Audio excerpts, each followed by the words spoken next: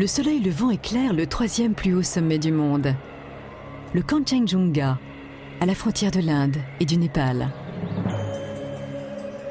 Ces montagnes veillent sur de nombreux secrets.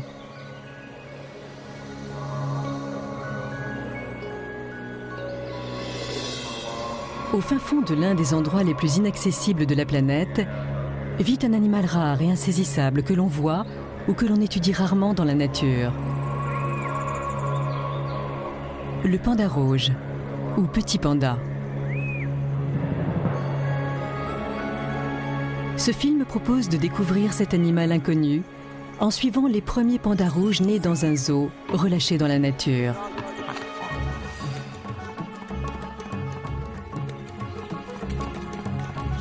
Pourront-ils s'adapter et s'accoupler? Élever leurs petits tout seuls et survivre?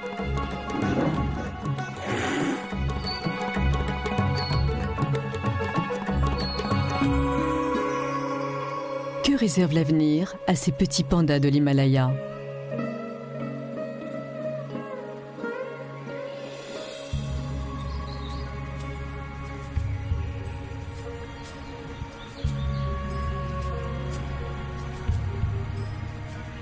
Je m'appelle Sunita Pradhan. J'étudie le panda rouge depuis plus de 10 ans. Et pourtant, j'ai l'impression d'en savoir bien peu à son propos.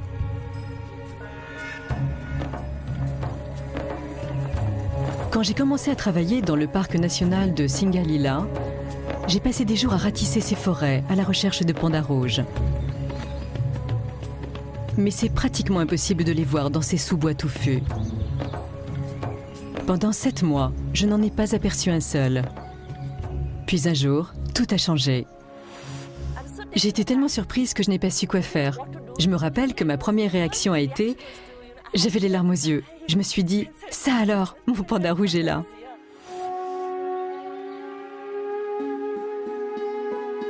Cela a été comme un coup de foudre. À partir de ce moment-là, j'ai décidé de me consacrer à cet animal angélique. Lors du premier dénombrement jamais effectué dans le parc national de Singalila en 1994, nous n'avons trouvé que 47 pandas rouges luttant pour leur survie. Et ils avaient déjà disparu des collines du district voisin de Darjeeling.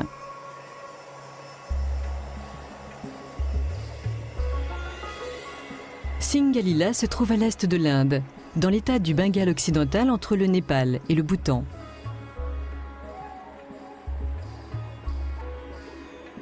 Créé en 1992 dans ces collines tempérées, humides et souvent brumeuses, le parc couvre 78 km² de forêt et peut atteindre par endroits 3600 mètres d'altitude. La nature montagneuse des pentes supérieures laisse la place plus bas des forêts de feuillus.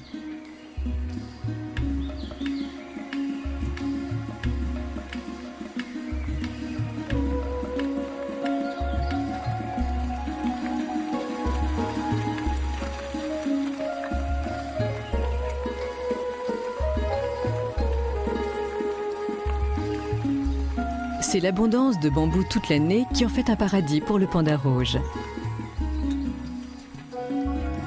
Les feuilles de bambou constituent jusqu'à 90% de l'alimentation du panda rouge. Mais il doit en manger de grandes quantités car il n'assimile que 30% des éléments nutritifs fournis par le bambou. Ce doux végétarien solitaire passe la majeure partie de son temps blotti dans les arbres, dont il ne descend que pour se nourrir, déféquer et s'accoupler.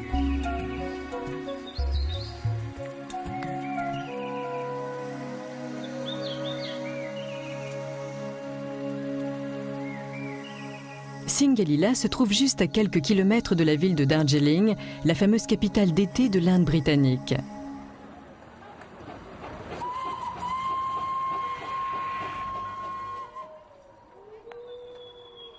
Après avoir passé 3 ans à étudier les pandas rouges sur le terrain, j'ai été nommé expert scientifique au zoo de Darjeeling.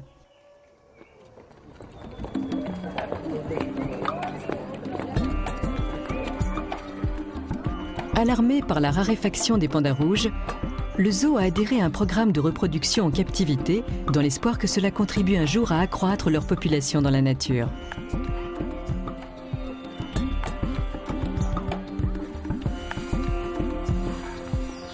Le gardien-chef, Purnia Gazing, s'occupe des pandas depuis 15 ans et les connaît tous par leur nom.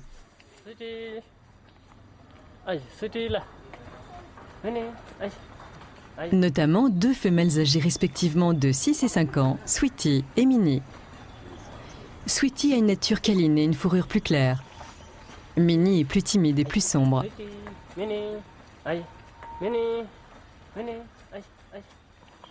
On les a choisis toutes les deux pour être les premiers pandas rouges nés dans un zoo relâchés dans la nature.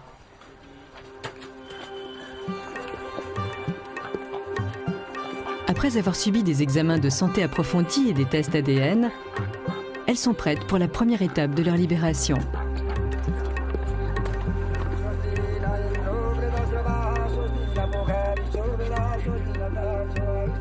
On a demandé à un prêtre hindou de venir leur faire des adieux traditionnels. Il s'agit d'un rituel accompli normalement quand une fille se marie et quitte la maison de ses parents.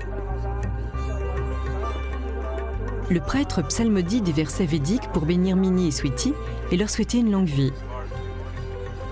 Puis elles sont officiellement confiées à l'Office des forêts.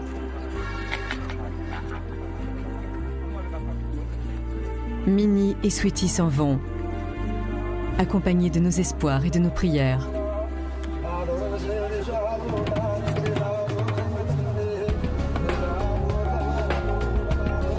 Le moment est venu d'accomplir le difficile voyage de 5 heures jusqu'à Singalila.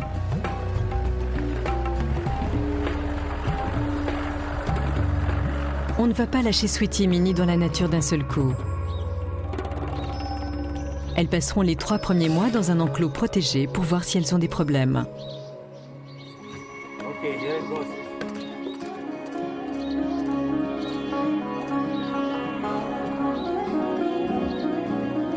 La première à partir, Sweetie, se retourne, comme pour dire au revoir.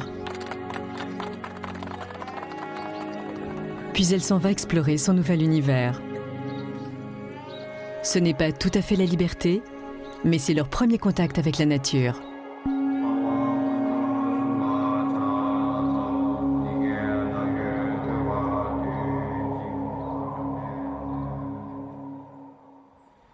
Les 3 mois d'acclimatation se sont bien passés. Et maintenant, nous leur mettons des colliers émetteurs avant de les lâcher définitivement. Celui de Minnie est noir, celui de Sweetie est rouge.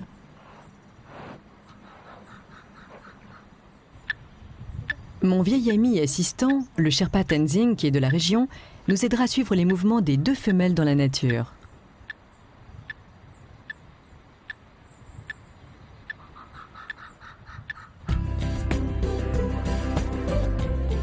Le moment dont j'ai rêvé si longtemps est enfin venu.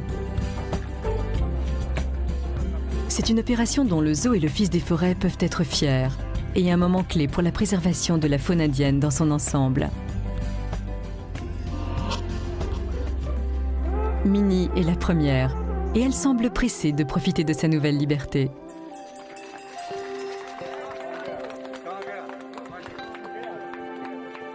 Sweetie aussi.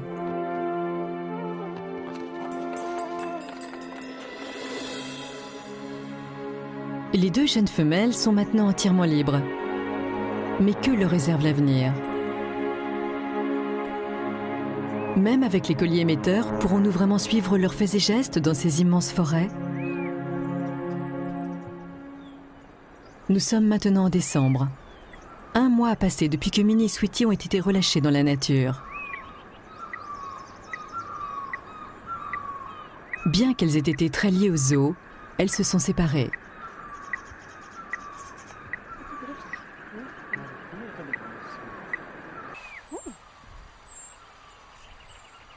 Après quelques heures de recherche, nous repérons Sweetie. Je suis contente de voir qu'elle a l'air en bonne santé et sereine. Elle s'est installée au milieu des bambous. Le collier émetteur a l'air encombrant, mais il ne pèse que 95 grammes. Et c'est le seul moyen de retrouver nos pandas dans cette forêt impénétrable.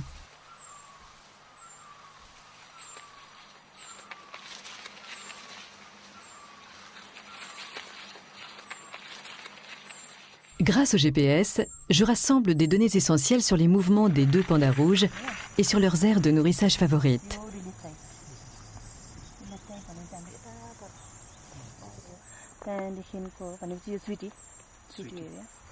On suit chacune d'elles alternativement. Sweetie semble explorer la région. Elle a parcouru 4 km vers le nord-ouest en suivant un torrent. Elle ne cesse de se déplacer et notre équipe a du mal à la suivre.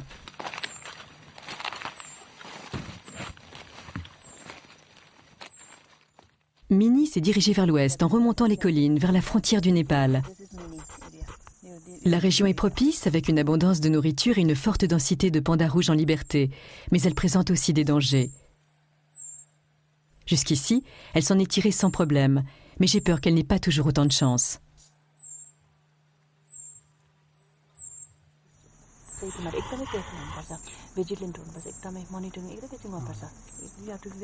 Tenzing va suivre attentivement ses déplacements.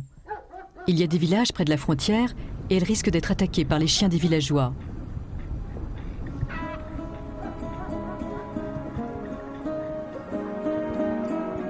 Mais il n'y a pas que les chiens qui constituent un problème dans les villages népalais.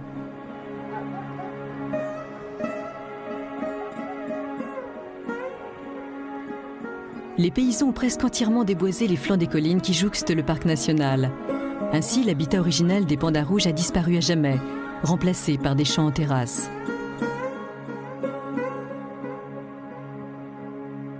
Aujourd'hui, on estime qu'il ne reste que 2500 pandas rouges dans le monde, dans quelques poches du Népal, du Bhoutan, de l'Inde et du Myanmar, avec une sous-espèce distincte en Chine.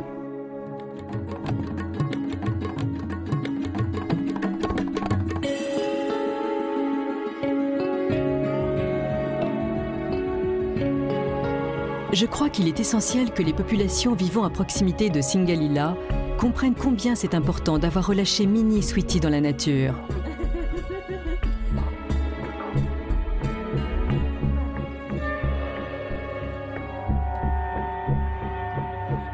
Dan Maya, âgé de 84 ans, se souvient. Son mari a participé au commerce des pandas rouges avant son interdiction en 1972.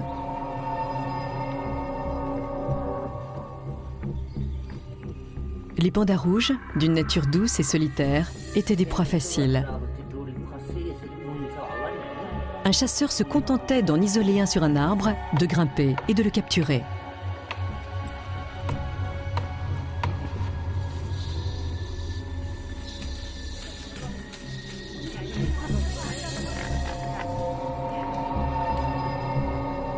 Ils attrapaient parfois des femelles en gestation ou arrachaient des petits à leur nid.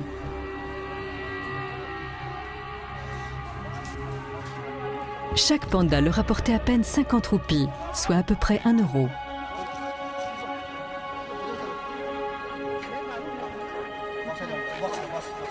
Les pandas rouges étaient très appréciés comme animaux de compagnie, y compris par le Pandit Nehru, le Premier ministre de l'Inde, que l'on voit ici avec sa fille Indira Gandhi et son petit-fils Rajiv, qui allaient tous les deux devenir à leur tour Premier ministre de l'Inde. Nehru avait 4 pandas rouges dans sa résidence et il les nourrissait lui-même tous les matins. Les pandas rouges sont maintenant strictement protégés par la loi et il est interdit d'en faire des animaux de compagnie.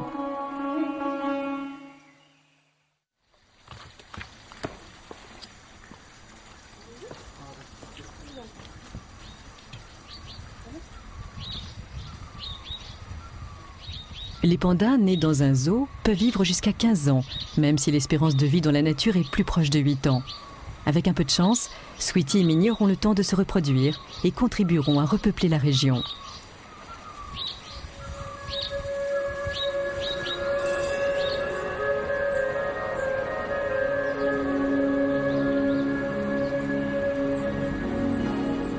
Quand l'automne arrive à Singalila, les journées se font plus fraîches et la luxuriante végétation se transforme en un flamboiement de jaune, d'orange et de beige.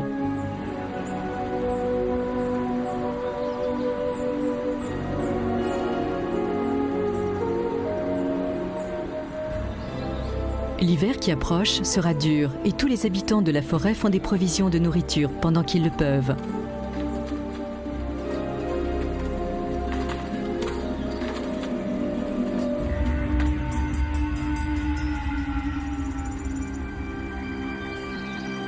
Ces traces ont été laissées par l'un des pires ennemis du panda, la panthère nébuleuse, une excellente grimpeuse.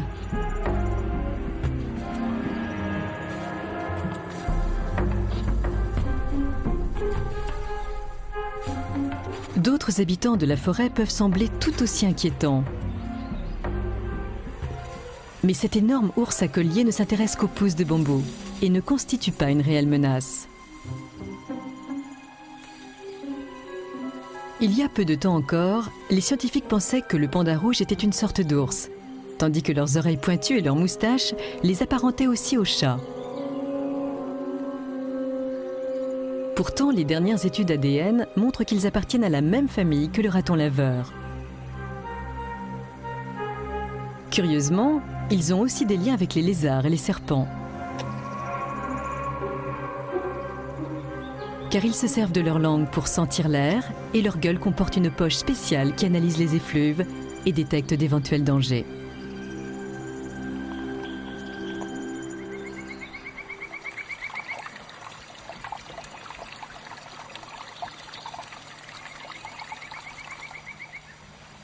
Il ne pleut pas beaucoup pendant l'hiver et les animaux de la forêt comme le serow et le muntjac se dirigent vers les points d'eau restants.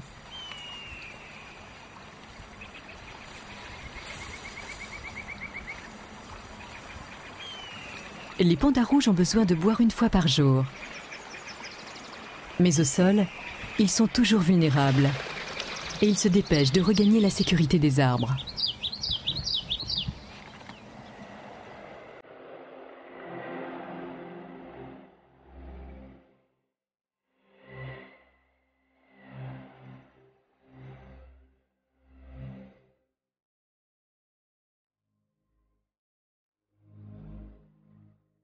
Nous sommes maintenant en janvier et l'hiver s'est installé à Singalila.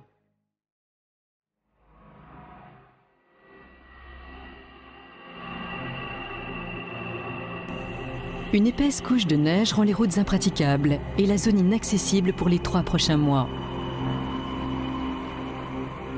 La température descend souvent jusqu'à moins 10 degrés Celsius.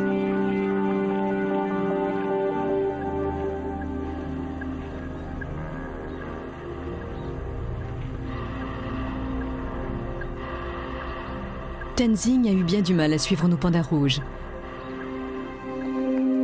En suivant les signaux émis par Minnie pendant 4 heures, Tenzing se retrouve soudain en face d'un gros panda rouge.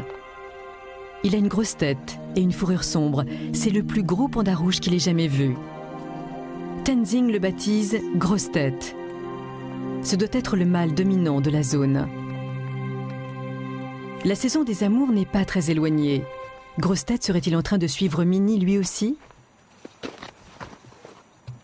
Tenzing n'est pas surpris de trouver Minnie dans les environs.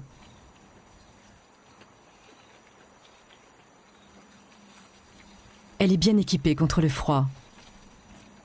Tout son corps est couvert d'une double couche d'épaisse fourrure, même ses oreilles.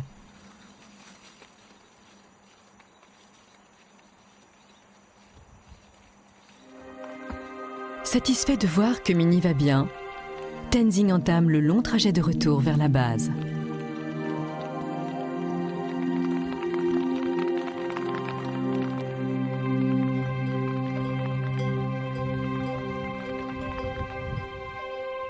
Quand les journées commencent à rallonger, les pandas rouges pensent à s'accoupler. Sweetie semble occupée à laisser des traces olfactives. Les latrines communes permettent de savoir qui est passé là. Les pandas communiquent plus par les odeurs que par les sons. Essaierait-elle d'attirer le mâle ?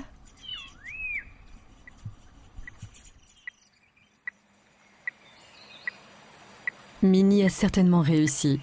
Grosse tête la courtise depuis plusieurs jours et les choses deviennent réellement intéressantes car elle s'est installée dans le même arbre que lui.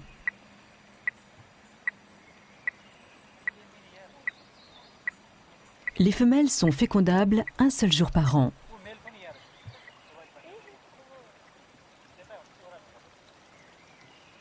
On ne sait toujours pas ce qui détermine ce jour particulier.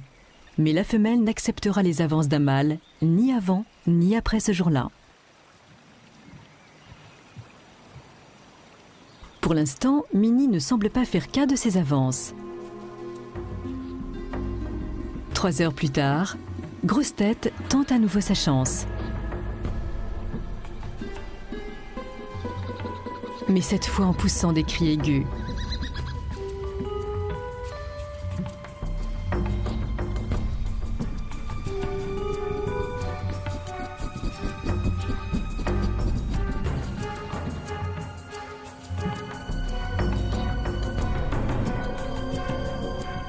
Finalement, le couple se retrouve face à face.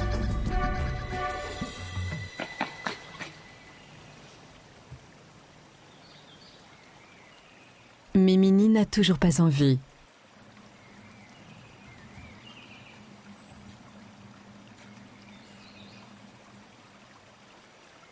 En s'en allant, elle répand avec son urine un fluide clair sécrété par ses glandes anales.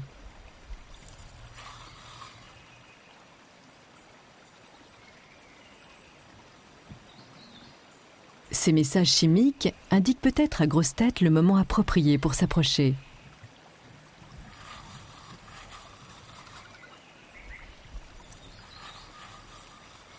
Minnie a étonnamment accéléré la fréquence de son marquage olfactif. Il est presque certain qu'elle est prête à s'accoupler. Grosse Tête la suit de près. Il renifle toutes les marques qu'elle laisse et y ajoute les siennes.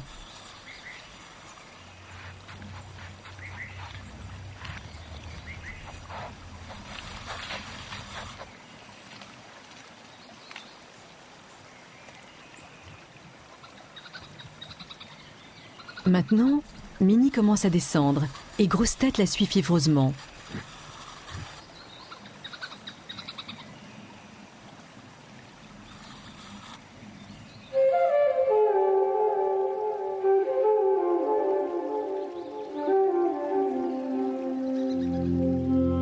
Nous attendons tous avec anxiété.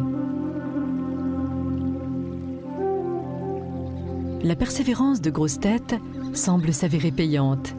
Il la suit et le couple disparaît dans l'épais sous-bois, peut-être pour s'accoupler. Comme la nuit tombe et que le brouillard envahit la vallée, nous décidons qu'il vaut mieux les laisser en paix.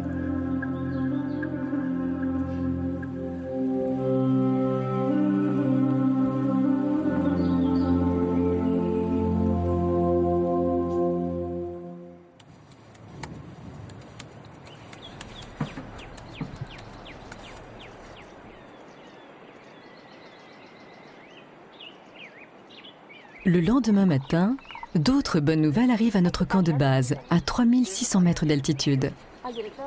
Notre hôte, Pema Gurung, a vu 2 pandas rouges près du village et entendu leurs appels révélateurs.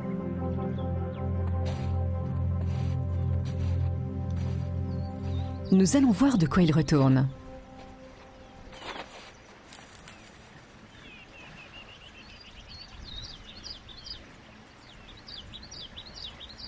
Il ne nous faut pas longtemps pour repérer un gros panda rouge.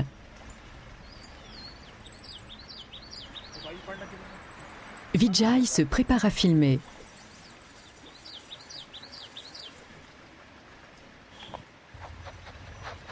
On dirait un autre mâle.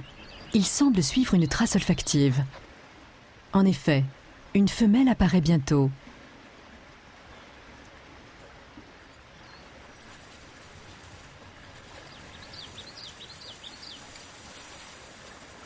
Ce n'est pas Sweetie, mais elle ne semble pas gênée par notre présence. Le mâle est cloué sur place, puis il avance.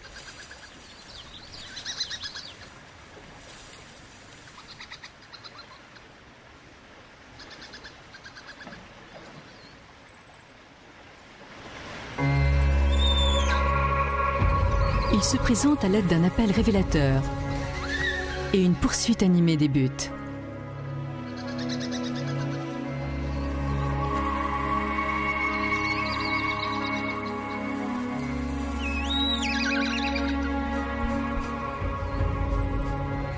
Finalement, il réussit à la gripper et commence à lécher la femelle. L'accouplement dure une vingtaine de minutes. C'est beaucoup plus doux que chez les félins où on se mord le cou. C'est incroyable. C'est la première fois que l'on filme des pandas rouges en train de s'accoupler dans la nature.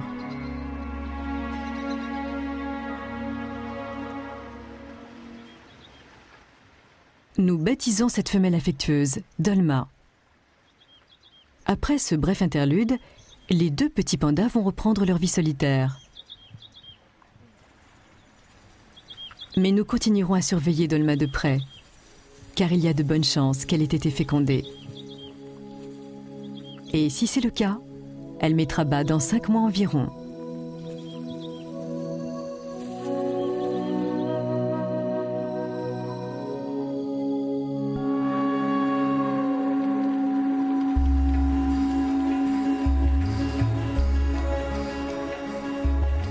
En mars, l'hiver relâche son étreinte.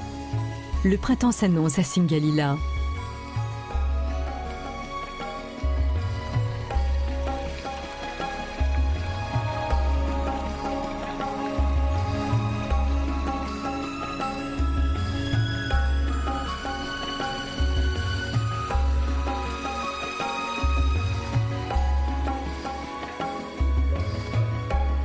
La température plus douce facilite le travail de Tenzing.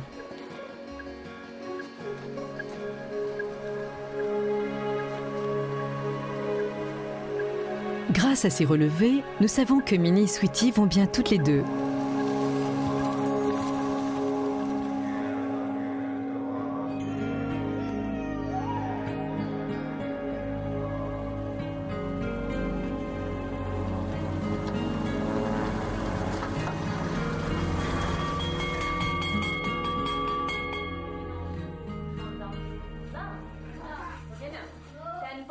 En envisageant l'avenir des pandas rouges dans leur ensemble, il me semble que la meilleure manière de les protéger est d'informer les villageois qui vivent autour du parc.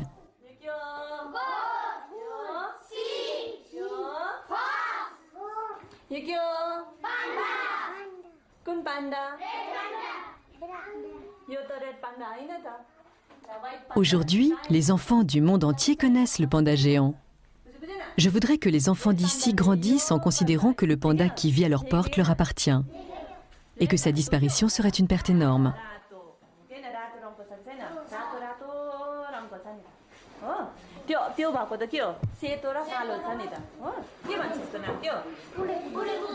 Je veux revenir régulièrement dans ces villages jusqu'à ce que mon message ait pénétré les cœurs et les esprits. Peut-être qu'un jour j'y parviendrai.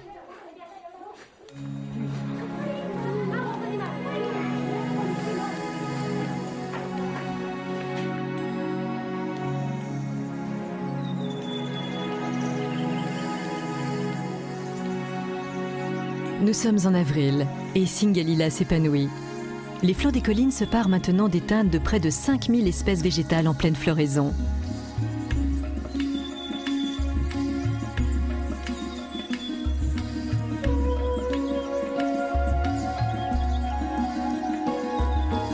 Rien que pour les rhododendrons, on compte plus de 46 espèces.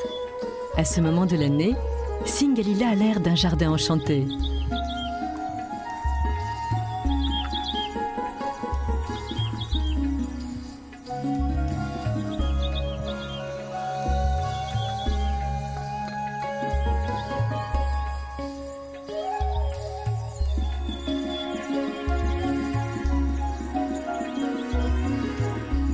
Beaucoup d'oiseaux reviennent profiter de l'abondance de nectar. Et l'écureuil de l'Himalaya saisit aussi sa chance. Mais Tenzing, lui, a peu de raisons de se réjouir. Il y a près d'une semaine qu'il a perdu la trace de Minnie. Ses signaux radio faibles et constants sont inquiétants.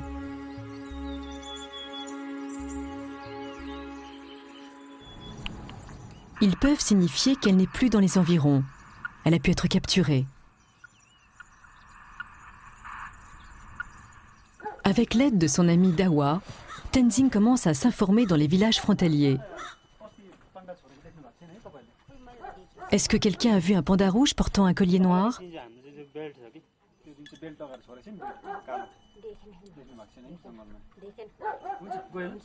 Tenzing est très inquiet et le changement de ton ralentit ses recherches. Il a peur de perdre son travail si on ne retrouve pas Minnie.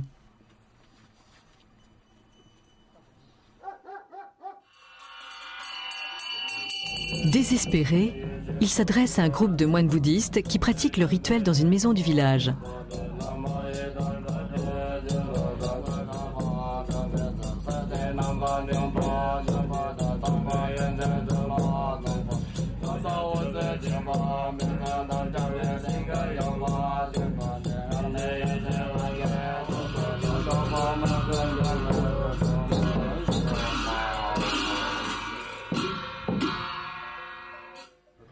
Tenzing leur demande de l'aide.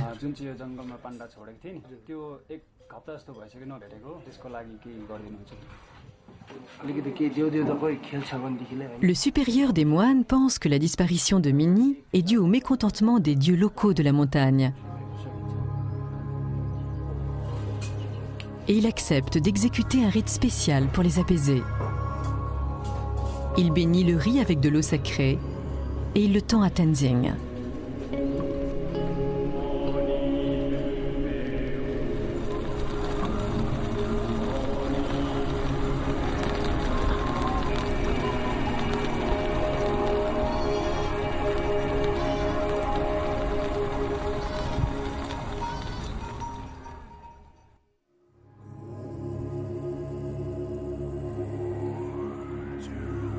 Tenzing, lui-même bouddhiste, croit que le vent va porter les prières des moines vers tous les coins et recoins des vallées pour l'aider à retrouver Minnie. Du sommet d'une colline, il lance le riz béni dans toutes les directions. Mais chercher la minuscule Minnie dans cette immense forêt semble être une tâche surhumaine.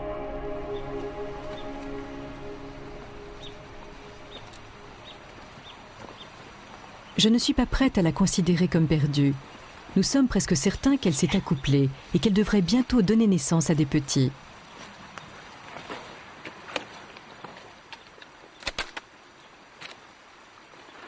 Mais pour l'instant, tout semble se liguer contre nous. La pluie incessante entrave nos recherches et rend les sentiers glissants et dangereux.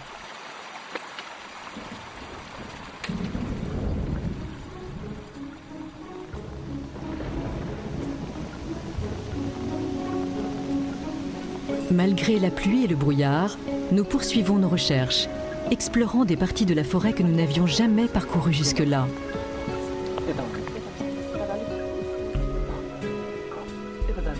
Nous recevons toujours des signaux radio du collier de Minnie, mais ils sont trop faibles pour permettre de la localiser.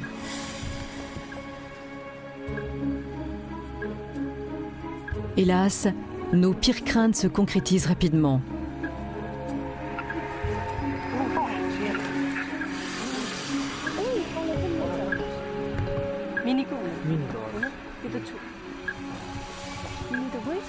Que lui est-il donc arrivé? Nous cherchons d'autres indices.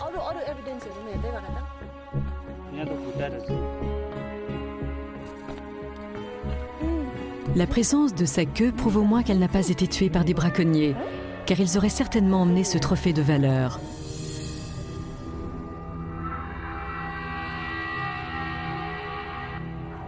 N'importe quel panda rouge risque de connaître ce sort. Malgré tout, cela nous fend le cœur. Les marques de griffes sur un arbre proche suggèrent que Minnie a dû être tirée vers le bas alors qu'elle tentait de s'enfuir. Le cœur lourd, nous faisons à Minnie un dernier adieu chargé d'émotions.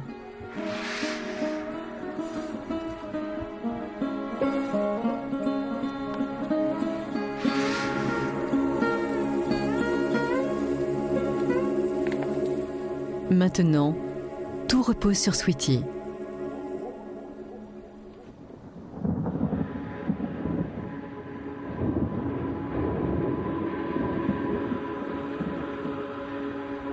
En mai, les nuages chargés de pluie poussés par les vents violents se heurtent aux montagnes. C'est le début des 4 longs mois de la mousson du sud-ouest.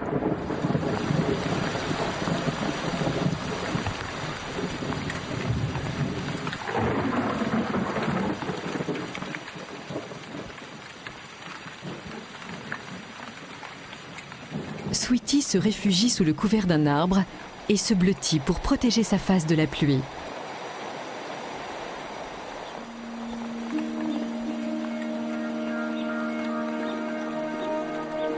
Les pandas rouges se sont adaptés à ces pluies torrentielles. Ils sont bien équipés pour affronter 3 mètres de précipitations annuelles. L'eau glisse sur leurs longs poils extérieurs, ce qui permet à leur corps de rester chaud et sec.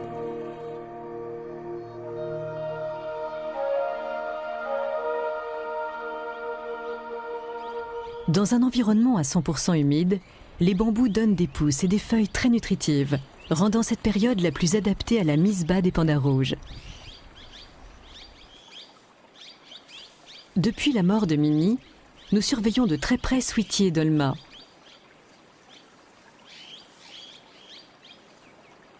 Nous ne sommes pas certains qu'elles sont en gestation, mais si c'est le cas, elles pourraient se mettre à construire un nid.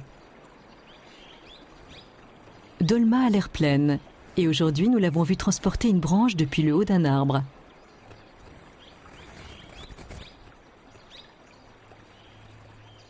Que fait-elle donc? Elle nous conduit à un trou dans un arbre situé à 5 mètres du sol. Il semble bel et bien qu'elle aménage un nid.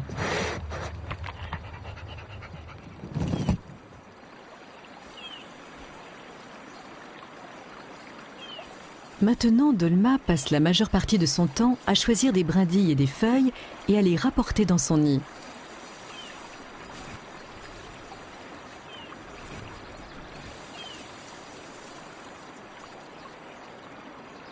C'est un processus laborieux et fatigant.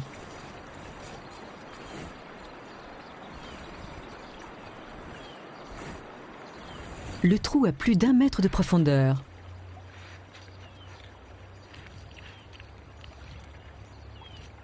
Dolma arrange soigneusement les matériaux de son nid pour créer une dépression ronde qui va supporter son corps.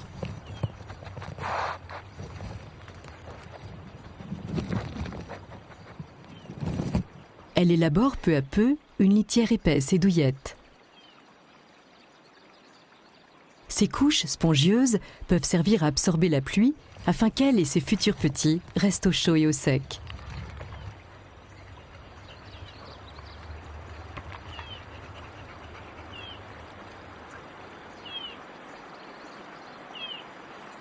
À l'approche de la mise bas, Dolma semble se consacrer entièrement à sa tâche et elle ne s'arrête jamais longtemps pour se reposer.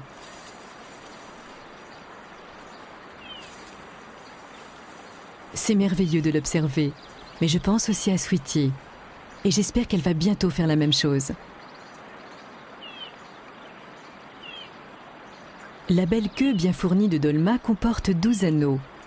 Elle passe de plus en plus de temps à se nettoyer et on peut clairement voir ses tétons.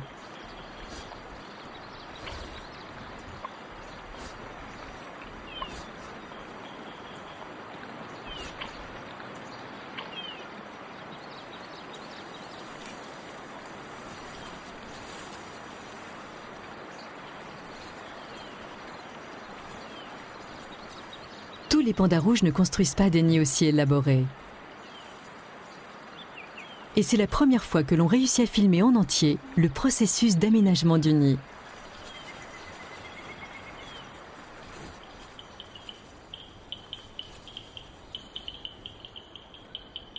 Même la nuit, le travail se poursuit.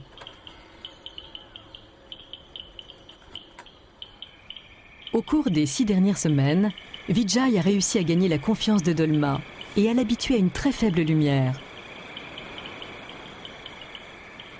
Il a installé des caméras autonomes dans 3 arbres et maintenant il exerce une surveillance 24 heures sur 24 dans l'espoir de filmer la naissance d'un panda rouge.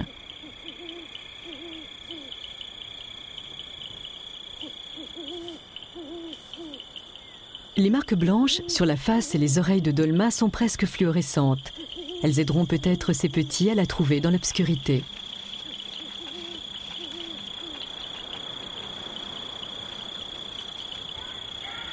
Elle doit maintenant passer jusqu'à 14 heures par jour à manger pour avoir suffisamment d'énergie.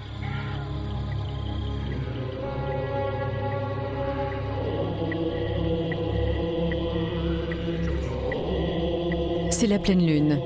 Et pendant que nous observons Dolma, Tenzing surveille de près Sweetie. Mais pour l'instant, rien n'indique clairement qu'elle soit en gestation. Elle ne fréquente pas les trous des arbres et ne transporte pas de feuilles ni de brindilles.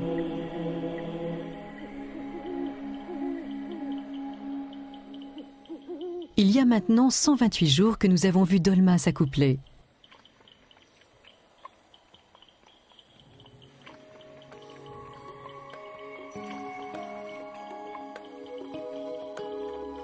Elle devient de plus en plus léthargique et elle commence à passer plus de temps à l'intérieur du nid.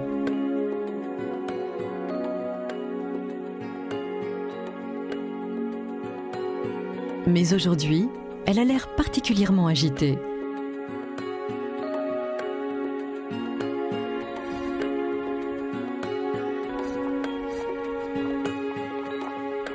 Notre équipe est sur le qui-vive.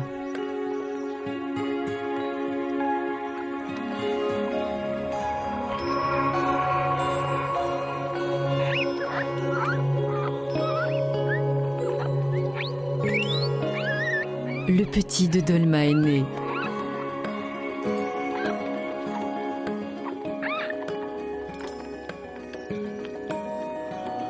Elle l'entoure de sa queue fournie pour le protéger et elle commence à le lécher pour le nettoyer de la tête aux pieds. En le léchant, elle stimule la circulation sanguine du petit et le marque de son odeur. Le petit a l'air de téter sans problème. Épuisé, Dolma se blottit ensuite contre son petit pour se reposer.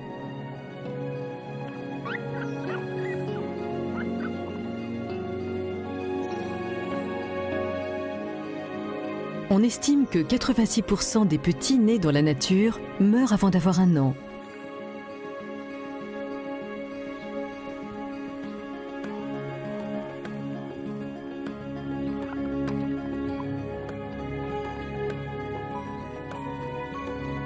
Les yeux et les oreilles du petit sont fermés. À chaque fois qu'il échappe à son étreinte douillette, elle le récupère doucement. Il ne pèse que 120 grammes environ. Dolma est une mère attentionnée. Quand la journée s'achève, nous avons une merveilleuse surprise.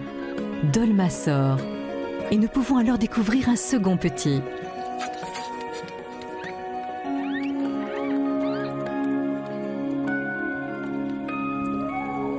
Les nouveau-nés resteront à l'intérieur du nid pendant les 3 prochains mois. Ils ne seront pas sevrés avant 8 mois.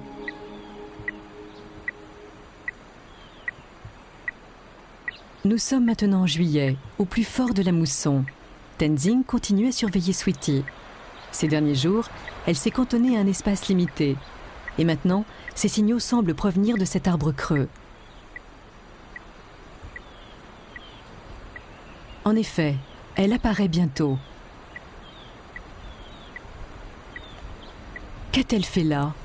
S'est-elle reposée ou est-elle mis bas? Nous aimerions bien le savoir, mais nous ne voulons pas la déranger. Quand elle quitte les parages pour se nourrir, nous en profitons.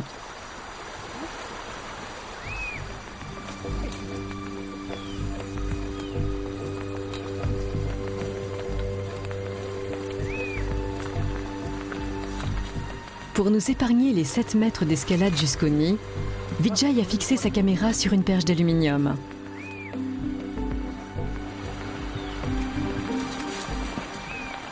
Mais manier une caméra au bout d'une perche à travers les bambous, c'est plus facile à dire qu'à faire, et nous n'avons pas beaucoup de temps.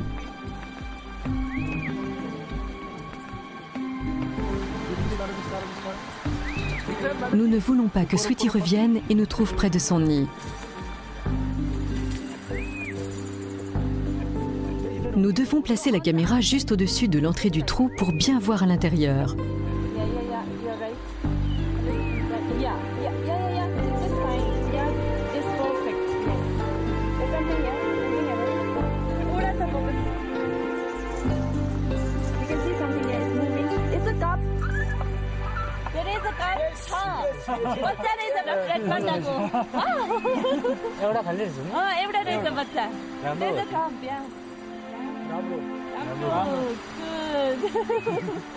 C'est fantastique. Sweetie a eu un petit.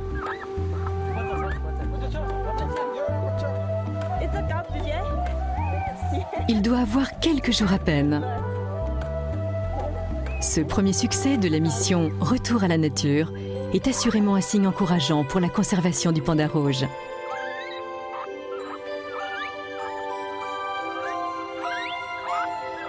Bien qu'elle soit née dans un zoo, Sweetie s'est accouplée avec un panda sauvage et a mis au monde un petit.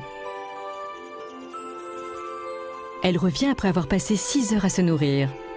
Elle est obligée de laisser son petit seul pendant longtemps et elle court le risque qu'un prédateur trouve le nid.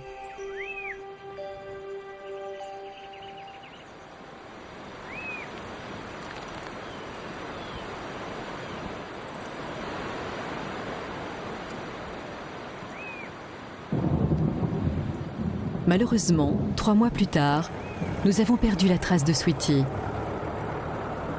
Et nous ne pouvons plus la localiser. En revanche, Dolma et ses 2 petits vont bien.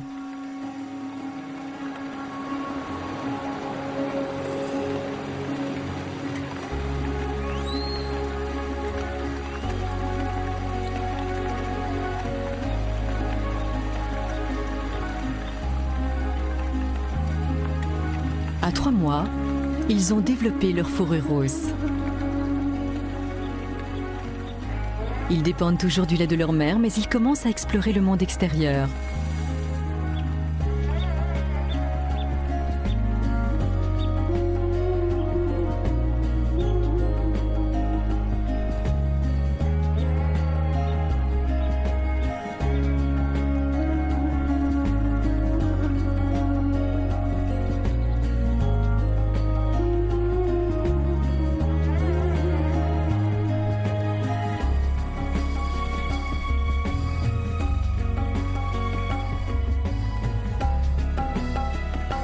Apparemment, Dolma n'est pas sûr qu'il soit prêt à rejoindre le sol, la tête la première.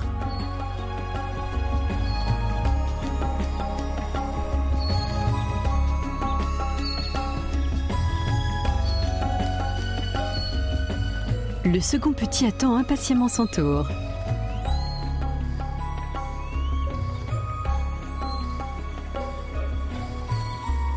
Mais l'avenir de ces petits est aussi flou que la visibilité dans les montagnes qu'ils habitent.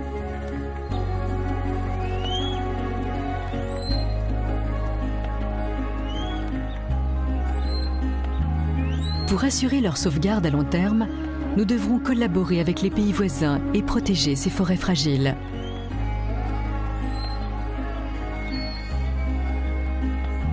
Le succès de l'opération permet d'espérer.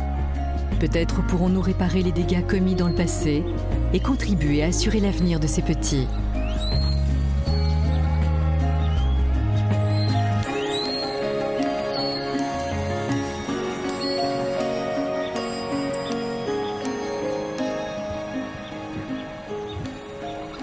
Avec un peu de chance, au printemps prochain, Sweetie et Dolma auront une autre portée, tandis que ces petits entameront leur propre pérégrination solitaire et constitueront une nouvelle génération de petits pandas de l'Himalaya.